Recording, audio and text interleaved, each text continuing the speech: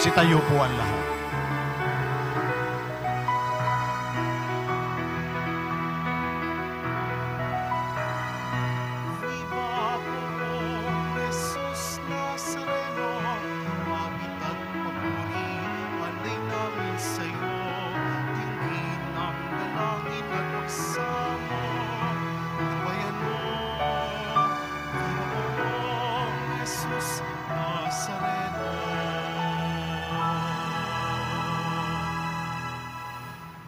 Sa ngalan ng Ama at ng Anak at ng Espiritu Santo, Amen. ang pagpapala at kapayapaan mula sa Diyos na Ama natin at sa Panginoong Hesukristo naway sumainyo. At sumaiyo rin. Mga kapatid, tinipon tayo bilang kaanib ng angkan ng Diyos, kaya dumulog tayo sa maawaing Panginoong nagpapatawad ng lubos. Sinugong tagapagpagaling sa mga nagsisisi, Panginoon, kaawaan mo kami. Panginoon, kaawaan mo kami. Dumating na tagapag-anyayang mga makasalanan ay magsisi, Kristo, kaawaan mo kami. Kristo, kaawaan mo kami. Nakaluklok ka sa kanan ng Diyos Ama para ipamagitan kami. Panginoon, kaawaan mo kami. Panginoon, kaawaan mo kami. Kaawaan tayo na makapangyarihang Diyos, patawarin tayo sa ating mga kasalanan at patnubayan tayo sa buhay na walang hanggan. Amen. Manalangin tayo. Ama naming makapangyarihan, lakas ka ng mga walang inaasahan kundi ikaw. Ang pagluhog namin na iyong pagbigyan, sapagkat kami mga tao lamang na pawang mahihina kapag iyong iniwanan. Kaya naman kami lagi mong tulungan upang sa pagtupad ng iyong mga utusan, ikaw ay aming mabigyang kasiyahan sa aming iniisip at ginagawa araw-araw sa pamamagitan ni Jesucristo kasama ng Espiritu Santo magpasawalang hanggan. Amen. Magsiupo muna ang lahat. Pagbasa mula sa unang aklat ng mga hari. Nang patay na si Nabat, sinabi ng Panginoon kay Elias na taga-Tisbe, "Madali ka, puntahan mo si Haring Akab. Makikita mo siya sa Jezreel sa ubasan ni Nabat. Naparoon siya upang kamkamin iyon. Sabihin mo sa kanya, ito ang ipinasasabi ng Panginoon. Isa kang mamamatay tao. Ngayon na may pangangamkam ang ginagawa mo. Kung saan hinimod ng mga aso ang dugo ni Nabat, doon din hihimurin ng mga aso ang iyong dugo." Sinabi ni Akab kay Elias, "Narito ka na naman, mahigpit kong kaaway." Sagot naman sa kanya ni Elias, "Oo, hinahanap kita uli, sapagkat nagumon ka sa kasamaan. Malagim na parusa ang babagsak sa iyo.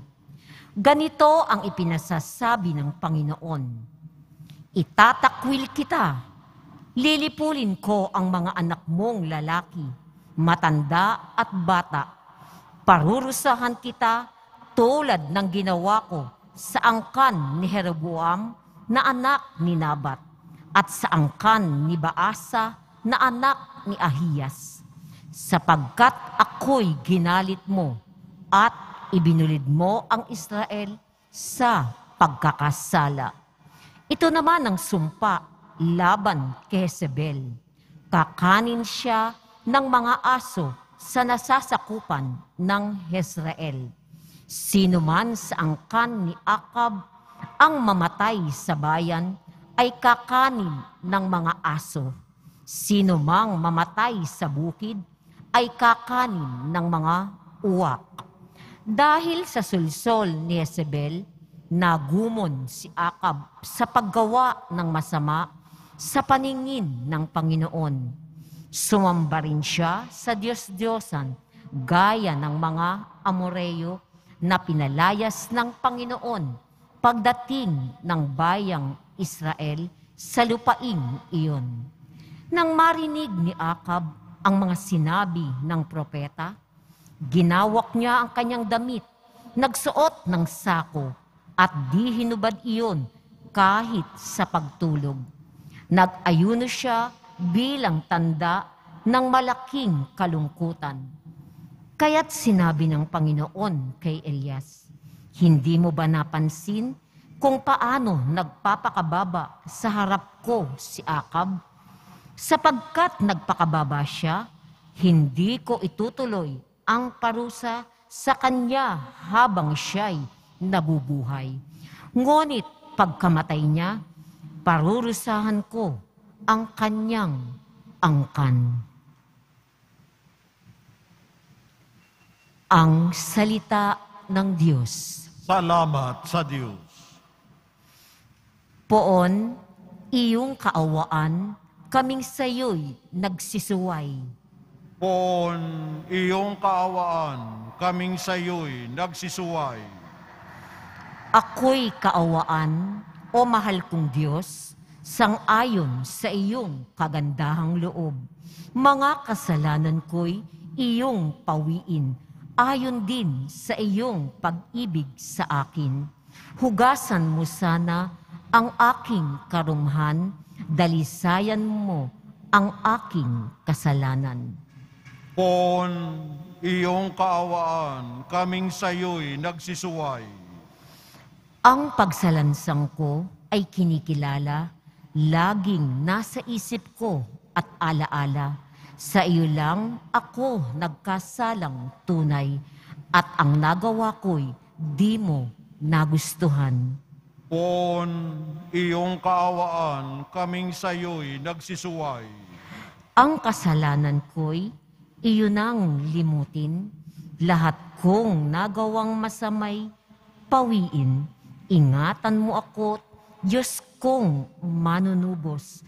Ang pagliligtas mo'y galak kong ibabantog. Poon, iyong kaawaan, kaming sayo'y nagsisuway. Magsitayo po tayo.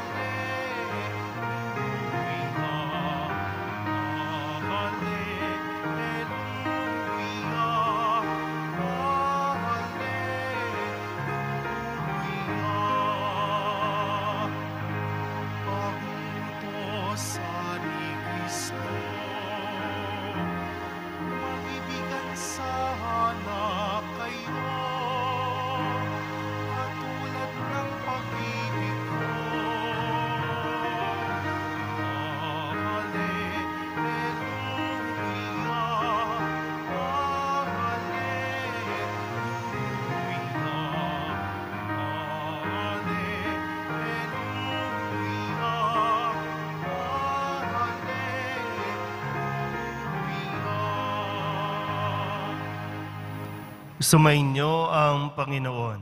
At sumayo rin. Ang mabuting balita ng Panginoon ayon kay San Mateo.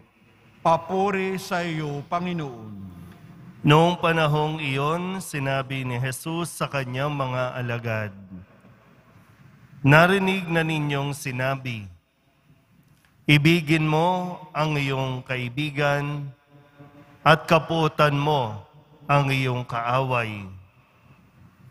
Ngunit ito naman ang sabi ko, ibigin ninyo ang inyong mga kaaway at idalangin ninyo ang mga umuusig sa inyo, upang kayo'y maging tunay na anak ng inyong amang nasa langit. Sapagkat pinasisikat niya ang araw sa masasama at sa mabubuti, at pinapapatak niya ang ulan sa mga banal at sa mga makasalanan. Kung ang mga umiibig sa inyo ang siya lamang ninyong iibigin, ano pang gantimpala ang inyong hihintayin? Hindi ba't ginagawa rin ito ng mga publikano? At kung ang binabati lamang ninyo'y ang inyong mga kapatid, ano ang nagawa ninyong higit kaysa iba? Ginagawa rin iyon ng mga hintil. Kaya dapat kayong maging ganap gaya ng inyong amang nasa langit. Ang mabuting balita ng Panginoon. Pinupuri ka namin, Panginoong Heso Kristo. Magsiupo po ang lahat. Isang magandang araw po sa inyong lahat. Ito po ang para sa akin, isa sa pinakamabigat na ipinapagawa ng poong Jesus Nazareno bilang alagad, bilang pari, bilang deboto ng Nazareno. Ito yung utos niya na kadalasan ay hindi natin pinakikinggan. Hindi ko alam kung gaano kalinaw ang pagkakabigkas ko o sadyang nagbibingi-bingihan tayo pagdating sa bagay na ito. Sino ba sa atin ang walang kaaway? Sino ba sa atin ang hindi nakaranas awayin? Lalo pa ngayon, no? Ang dami-daming magkakaaway. Madali lang makipag-away. Madali rin tayong mag-react. Gamit ang social media, parang wala nang katapusan ng awayan. Hindi matapos-tapos. Kasi kapag may nang-away, hindi mapigilan ang sarili, hindi makapagtimpi, kasi kung may mang-away, kahit sa salita lang, sasagot at sasagot tayo agad. Kasi nga, para sa atin, ay hindi pwedeng api-apihin tayo, hindi pwede yan. Kailangan patunayan natin na hindi tayo basta-basta pwedeng ganyanin.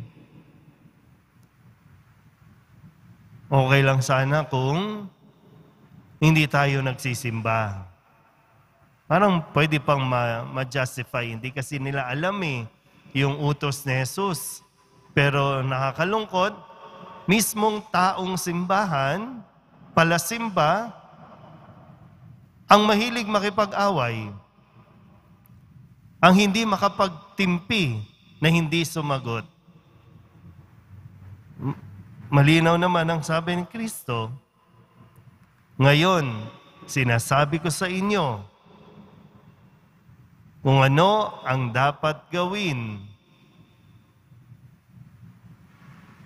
Ibigin ang kaaway. Ibigin ang kaaway. Ipagdasal ang mga umuusig. Pag sinabing umuusig, mga nagpapahirap. Nagpapahirap ng kalooban, nagpapahirap ng buhay mo. Pero ang tanong nga, nagawa ba natin kahit minsan yung ipagdasal ang kaaway natin o ang umaaway sa iyo? Ano yung, pwedeng, okay, pinagdadasal. Ano yung pinagdadasal? Sana mawala na siya sa mundong ito. Yun ba? Ganun ba yung gustong sabihin ni Jesus? Ipagdasal mo na lang. Kukunin din ni Lord yan. Sabi kasi, no, para maging ganap tayong katulad, no, maging ganap na tunay na anak ng Diyos, maging ganap na Kristiyano, ito yun. Para maging ganap, unless hindi natin concern talaga yun, dahil marami sa atin, ang concern dito, humingi lang ng pera, humingi lang ng kung ano-ano. Yun lang eh. Kaya walang katapusan. Alam niyo kung makikipag-away tayo ng makikipag-away, isipin mo yung magiging consequences niyan. Kasi ang pakikipag-away po, no? Kumbaga, marami tayong nagagawang kasalanan. Pag nakikipag-away tayo, umaabot sa punto na sinisiraan na natin ang tao. Maraming pangit na nangyayari kapag ang isang tao namumuhay sa galit. At hindi lang tayo ang apektado. Marami ang nadadamay, mga inosente ang nadadamay. Kung maraming nakikisawsaw na hindi naman, na wala naman dapat doon, pero mas maraming inosente ang nadadamay. At tinan niyo po yung kwento sa unang pagbasa dahil sa ginawa ni Haring Akab kay Nabat para makuha yung lupa ni Nabat na ipapatay si Nabat ni Haring Akab at ni Jezebel. At ito yung parusa ng Diyos. Mga anak, mga kalahi, bata, matanda, magsasuffer, maghihirap dahil sa ginawa ni Akab. Ganon din naman sa atin. Pag may kaaway ka, sinong naapektuhan? Anak mo. Minsan nga, nadadawit pa yung anak mo, pamilya mo. Dapat ikaw lang yan eh. Pero hindi nga ganon. May nadadawit. Kaya isipin mo ng mabuti. Sana ang maituro natin, hindi paghihiganti, kundi maituro din natin. Ito yung isang bagay na hingin natin sa Diyos. Mahirap eh. Mahirap ibigin yung kaaway. Mahirap ipanalangin yung kaaway na mapabuti siya. Mahirap po. At hindi natin ito magagawa ng tayo lang. Kailangan natin ng tulong ng Diyos. Tanging yung lakas na magmumula sa Diyos ang magbibigay sa atin ng kakayahan, grasya, para magawa natin ito. Pero kung dededmahin mo lang, naku, Father, bahala ka dyan, Father. Wala akong pakialam dyan sa mga umaaway sa akin. Yun ay kung sabi ko nga, kung seryoso tayo, maging Katoliko, seryoso tayong maging deboto, seryoso tayong maging anak ng Diyos, ito ang pagsumikapan natin na magawa. At least, may pagdasal man lang natin na maging mabuti, tumino, maging tama ang pag-iisip ng mga taong umaaway, umuusig sa atin. Amen. Tumayo po tayo. Lumapit tayo sa Ama upang tulungan tayong makasunod sa halimbawa ni Jesus na nag-uutos sa atin na ibigin natin ang ating mga kaaway. Ang ating pong itutugon, Ama, tipunin mo kami sa iyong pag-ibig. Ama, tipunin mo kami sa iyong pag-ibig. Ang mga pinuno ng simbahan, naway, magbigay saksi sa pamamaraan ng habag, pag-ibig at pagpapatawad upang masalamin sa kanila ng sanlibutan ang kabanalan ng Diyos. Manalangin tayo. Ama, tipunin mo kami sa iyong pag-ibig. Ang mga namimighati at nasusuklam sa kanilang kapwa, naway mapagtanto na maghihiwalay sa kanila sa Diyos ang pagbibigay daan sa hinanakit at galit. Manalangin tayo. Ama, tipunin mo kami sa iyong pag-ibig. Ang mga pamilyang nagkahiwa-hiwalay at sinira ng hindi pagbibigay halaga sa bawat isa, naway muli nilang matagpuan ang dating alab ng pagsasama at pagkakasundo. Manalangin tayo. Ama, tipunin mo kami sa iyong pag-ibig.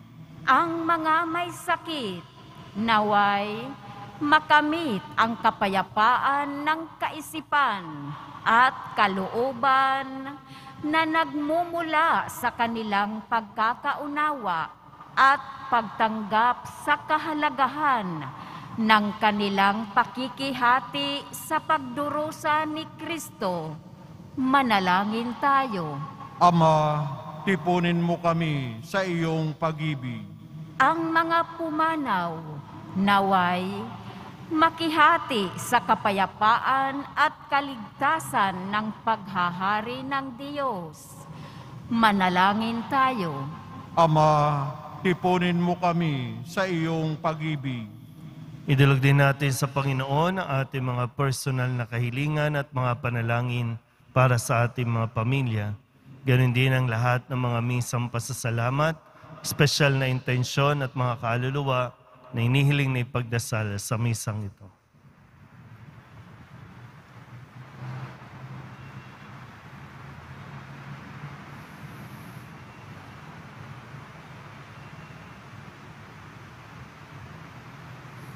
Ang lahat ng ito ay inihiling namin sa ngalan ni Kristong aming Panginoon. Amen. Magsiupo po ang lahat.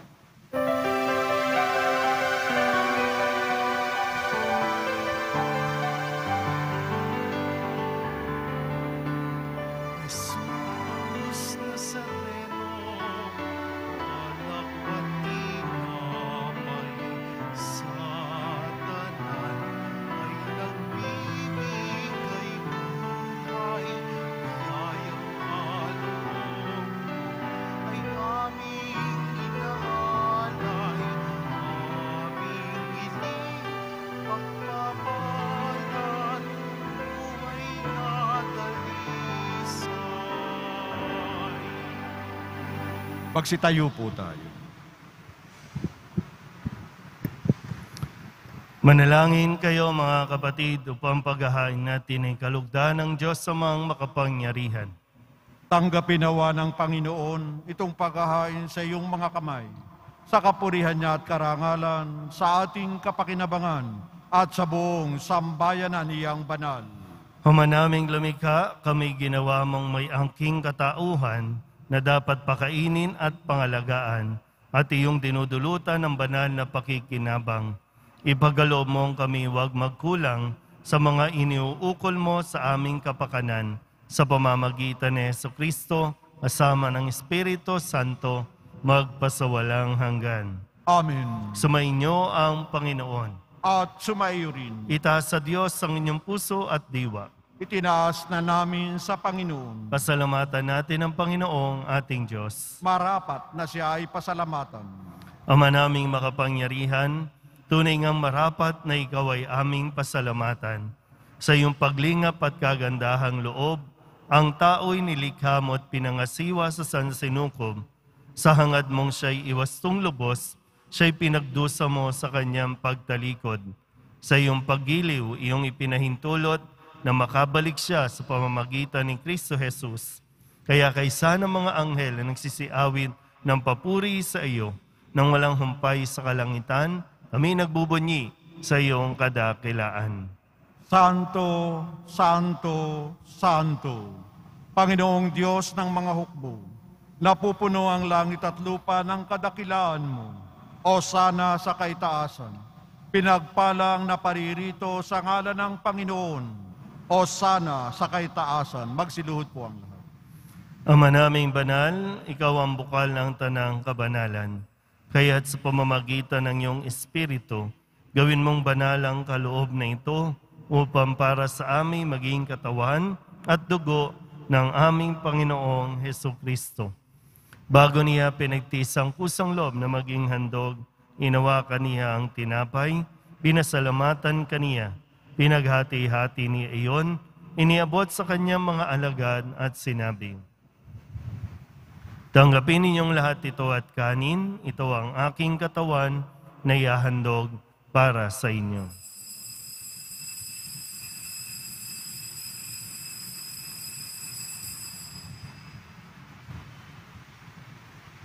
Kaya hindi naman ang matapos ang hapunan, inawakan niya ang kalis, muli kaniyang pinasalamatan. Inabot niya ang kalis sa kanyang mga alagad at sinabi, "Tanggapin ninyong lahat ito at inumin. Ito ang kalis ng aking dugo, ng bago at walang hanggang tipan. Ang aking dugo na ibubuhos para sa inyo at para sa lahat, sa ikapagpapatawad ng mga kasalanan. Gawin ninyo ito sa pag-alaala sa akin."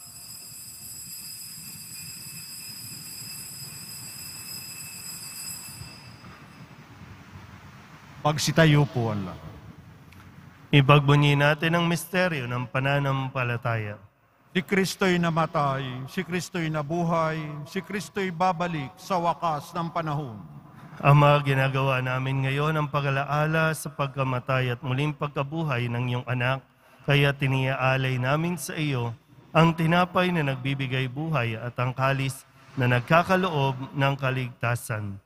Kami napapasalamat dahil kami iyong minarapat na tumayo sa harap mo para maglingkod sa iyo.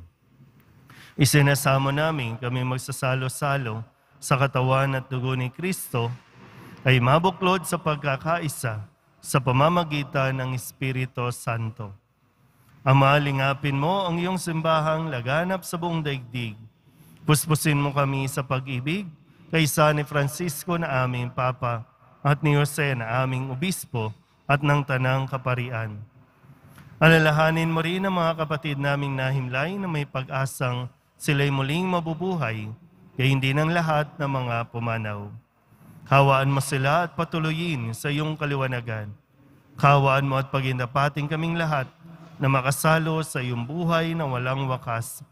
Kaysa ng mahal na Birhen Maria na Ina ng Diyos, ng kabiyak ng puso niyang si San Jose, kaysa ng mga apostol at ng lahat ng mga banal na namuhay dito sa daigdig ng kalugod-lugod sa iyo, may pagdiwang nawa namin ang papupuri sa ikararangal mo sa pamamagitan ng iyong anak na aming Panginoong Hesukristo.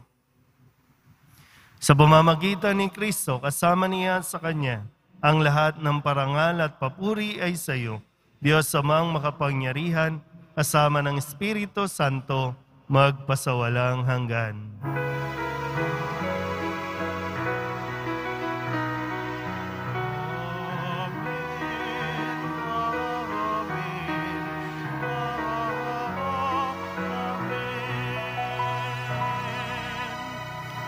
Buong kababaang loob tayong tumawag sa ating Panginoon ng Ama namin.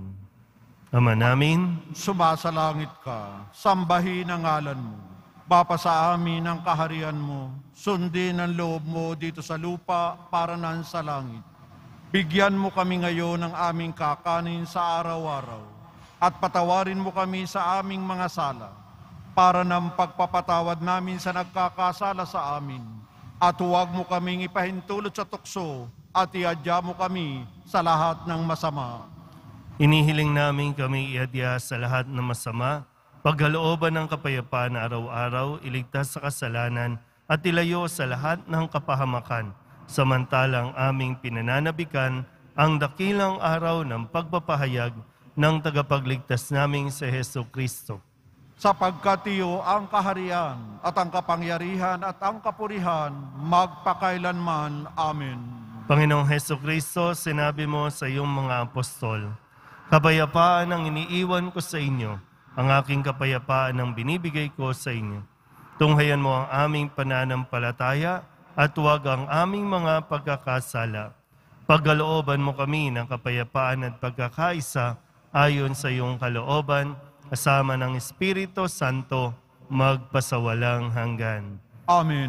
Ang kapayapaan ng Panginoon ay laging sumainyo. At sumaiyo rin.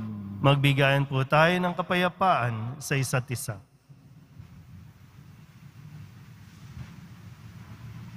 Kordero ng Diyos na nag-aalis ng mga kasalanan ng sanlibutan, maawa ka sa amin. Kordero ng Diyos na nag-aalis ng mga kasalanan ng sanlibutan, maawa ka sa amin.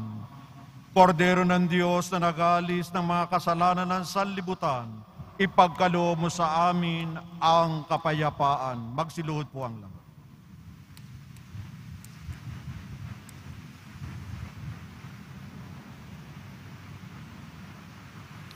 Ito ang kordero ng Diyos. Ito ang nag-aalis ng kasalanan ng sanlibutan. Mapalad ang mga inaanyayahan sa kanyang piging. Panginoon, hindi ako karapat-dapat na magpatuloy sa iyo, ngunit sa isang salita mo lamang ay gagaling na ako. Katawan ni Kristo. Amen.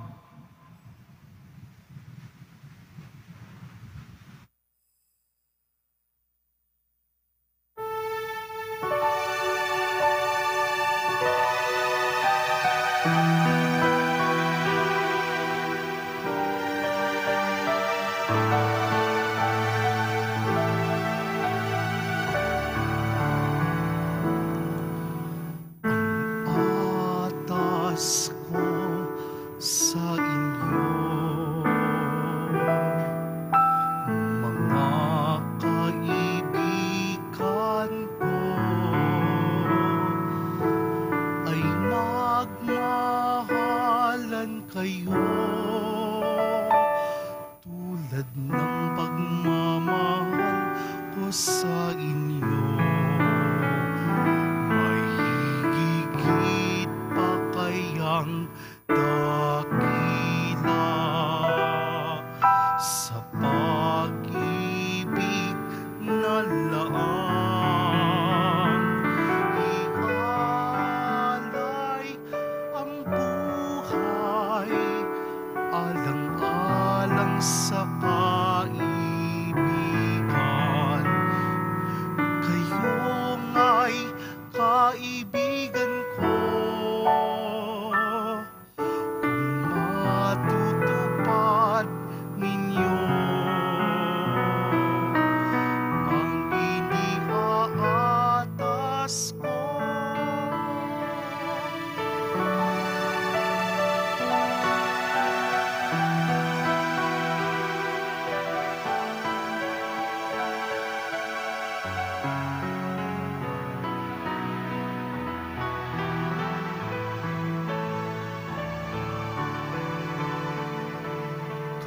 Kayo'y di na di kaibigan ko,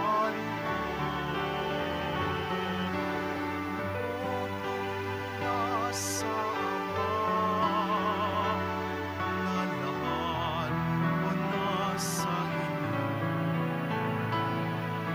Kayo'y iniwan ko, di ako ang inilang mo. Kung umayo kayo at mamunga ng himayo, ito na ang siyang utos ko. Pumilin ko sa inyo, magmamahalan kayo.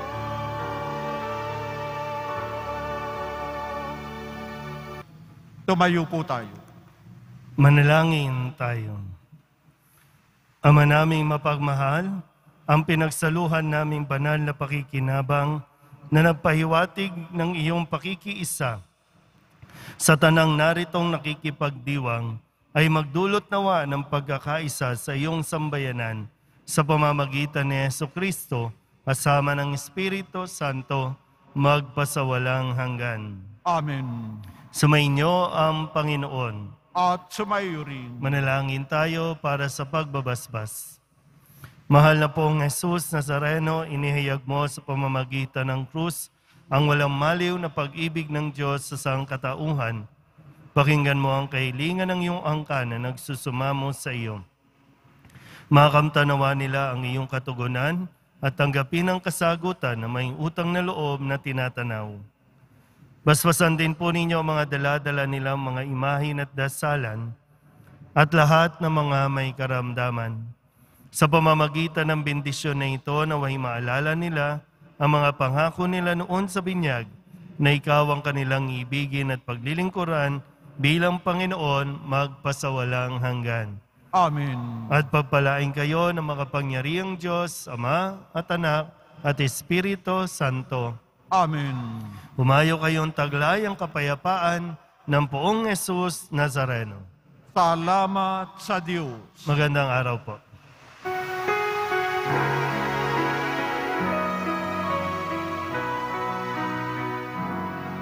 Nuestro Padre Jesús Nazareno, sinasamba ka namin.